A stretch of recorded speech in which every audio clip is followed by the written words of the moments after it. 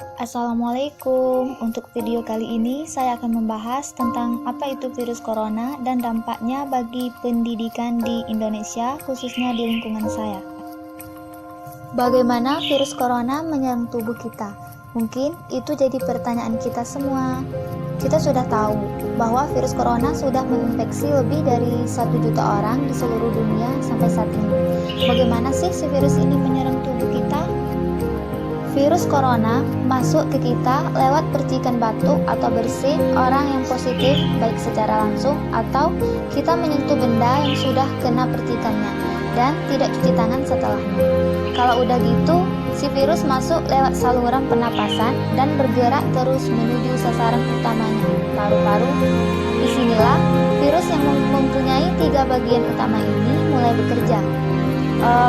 Pertama-tama, corona ini akan nempel di paru-paru dan organ-organ lain yang selnya kaya akan protein, yaitu protein AC2.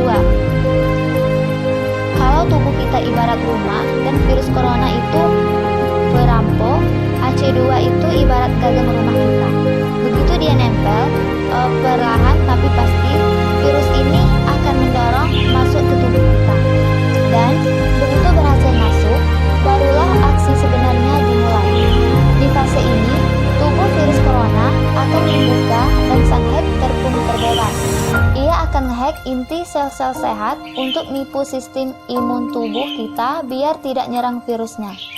Dan sekaligus membuat imun inti sel jadi memproduksi cikel bakal virus corona baru.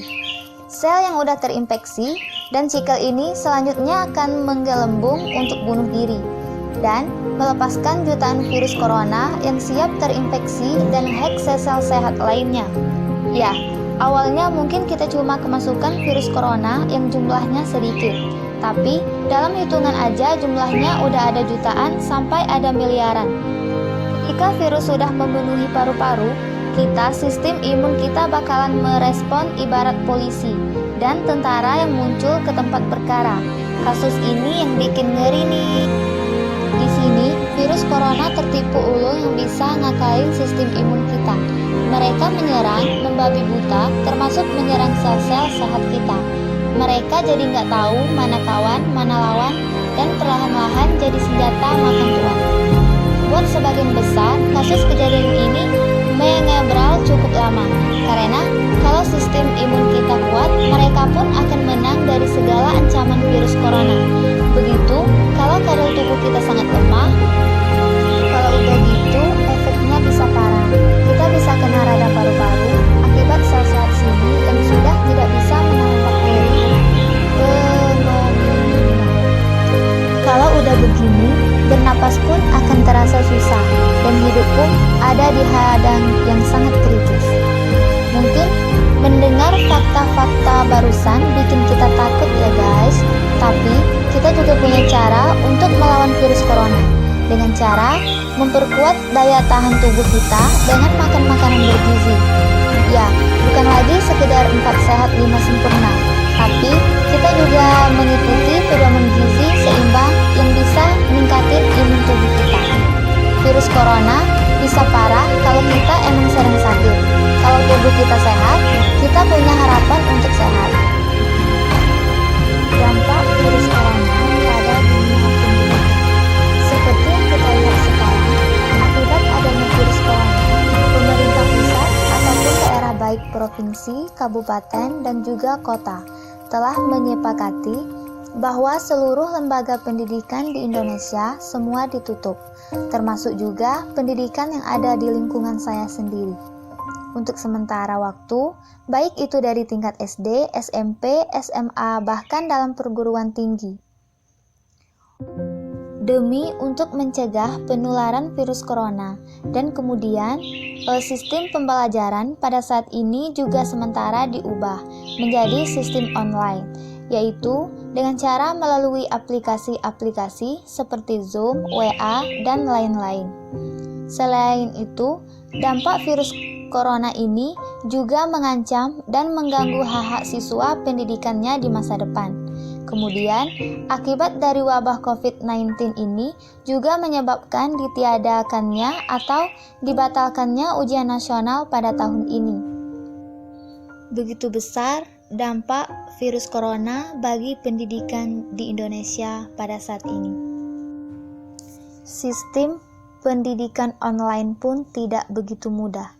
Di samping disiplin pribadi untuk belajar secara mandiri, ada fasilitas dan sumber daya yang mesti disediakan.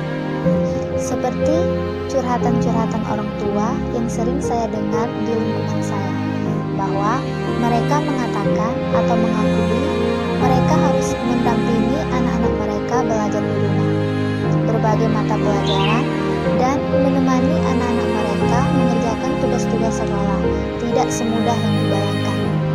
Banyak orang tua yang merasa bersyukur masih mampu memfasilitasi anak mereka untuk pendidikan jarak jauh ini. Tapi saya juga mendengarkan keluhan-keluhan banyak dari orang tua murid dan juga tenaga pendidik yang kesulitan, baik dalam menyediakan perangkat belajar seperti ponsel, laptop, maupun pulsa atau paket untuk koneksi internet. Dengan kata lain, sistem pembelajaran online ini berpotensi membuat kesenjangan sosial ekonomi yang selama ini terjadi menjadi semakin lebar selama wabah COVID-19 ini. Banyak orang tua kesulitan menyediakan kesempatan pendidikan yang optimal bagi anak-anak mereka. Dalam situasi yang lebih buruk, orang tua malah bisa berhadapan pada pilihan dilematis, di mana mereka harus memberi makan keluarga atau membiayai pendidikan anak mereka.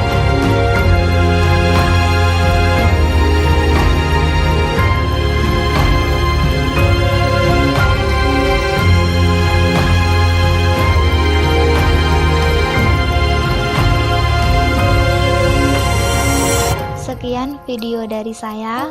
Mari kita sama-sama melawan wabah corona ini dengan cara rajin mencuci tangan, menghindari keramaian, dan hal yang paling ampuh menurut saya yaitu tetap di rumah aja.